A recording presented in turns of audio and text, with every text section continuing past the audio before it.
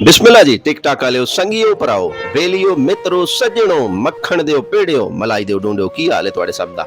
अज फिर नवी वीडियो और नवा पिंड लैके साडी टीम सोहणे पिंड पंजाब दे तुहाडी खिदमत दे विच हाजिर है। ते पिंड दा नाम है छोकर कलां, तहसील खारियां, जिला गुजरात।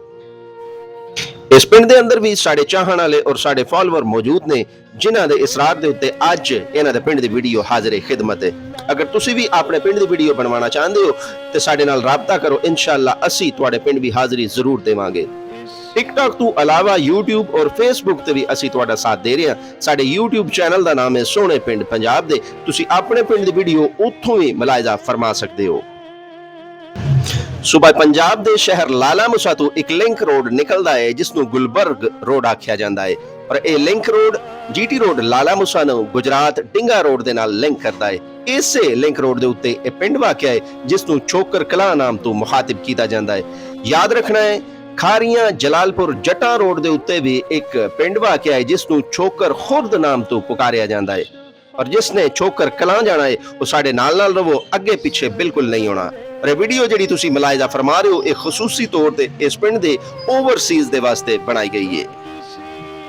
वीडियो दे विच तुसी छोकर कलां पिंड दा अड्डे दा नजारा कर रहे हो और मेरे ख्याल दे विच गुलबर्ग रोड दे उत्ते सब तो वड्डा अड्डा इसे पिंड ही वाकिया है। इस पिंड दे इर्द गिर्द जिहड़े पिंड वाकिया ने उन्हां दे विच टिब्बी, चांद, चौहान कलां, चौहान खुर्द, पसवाल, कोटला सारंग और दुल्लावाला शामिल ने। आओ इस पिंड दा नजारा करिए। बड़ा ही खूबसूरत पिंड है और बड़े ही मुखलस बंदे ने। इस पिंड दे अंदर साडे क्लास फैलो भी मौजूद ने जिन्हां 2001 तो 2003 तक साडा इलेक्ट्रॉनिक्स इंजीनियरिंग दे विच साथ दिता। आप दा नाम गुलाम फरीद है। अगर आप वीडियो मुलाहिजा फरमा रहे हो ते आप नू सलाम अर्ज करने आ। सजियत इस पिंड दा मरकजी कब्रिस्तान है जिसका नजारा तुसी कर रहे हो। जिस वेले भी तुहाडा किसी कब्रिस्तान दे नजदीक तो गुजर होवे ते इन्हां दे वास्ते दुआए मगफरत जरूर करया करो ताकि कल नू तुहाडे वास्ते भी कोई दुआए मगफरत करे। असी वीडियो बनाने लई जो ही इस पिंड दे अंदर दाखिल होए ते नमाज़े असर दा वक्त हो गया। असी नमाज पढ़न दे वास्ते एक मस्जिद दे नजदीक ब्रेक लगाई और मस्जिद दे अंदर दाखिल हो गए। असी वुजू कीता ते बिल्कुल जमात दा टाइम नजदीक सी। अगे पीछे वेखिया 6-7 नमाजी मौजूद ने लेकिन पता लगा कि इमाम साहब किसी वजह तो गैर हाजिर ने।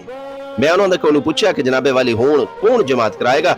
वो कहन लगे साडे भी ते जमात करवाने वाला कोई बंदा नहीं ते मौलवी साहब अगर तुसी जमात करा सकते हो तो जमात करवाओ।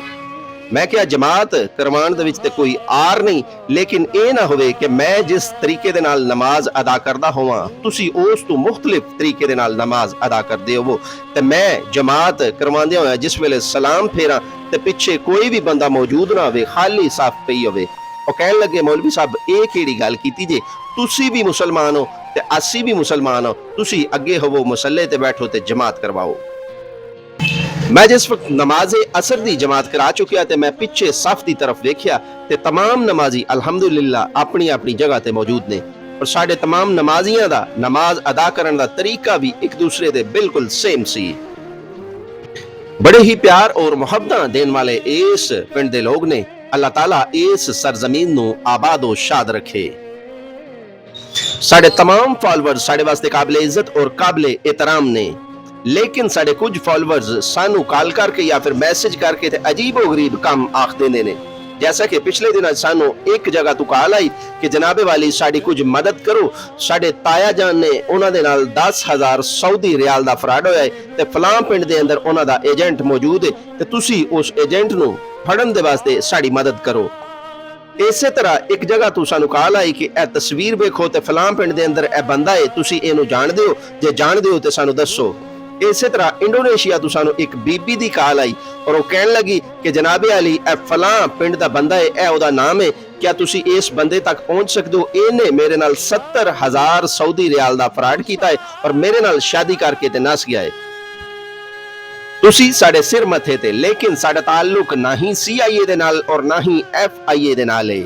साडा काम तुहानू पंजाब दे पिंड वहाना है। सोहणे रब दे हवाले।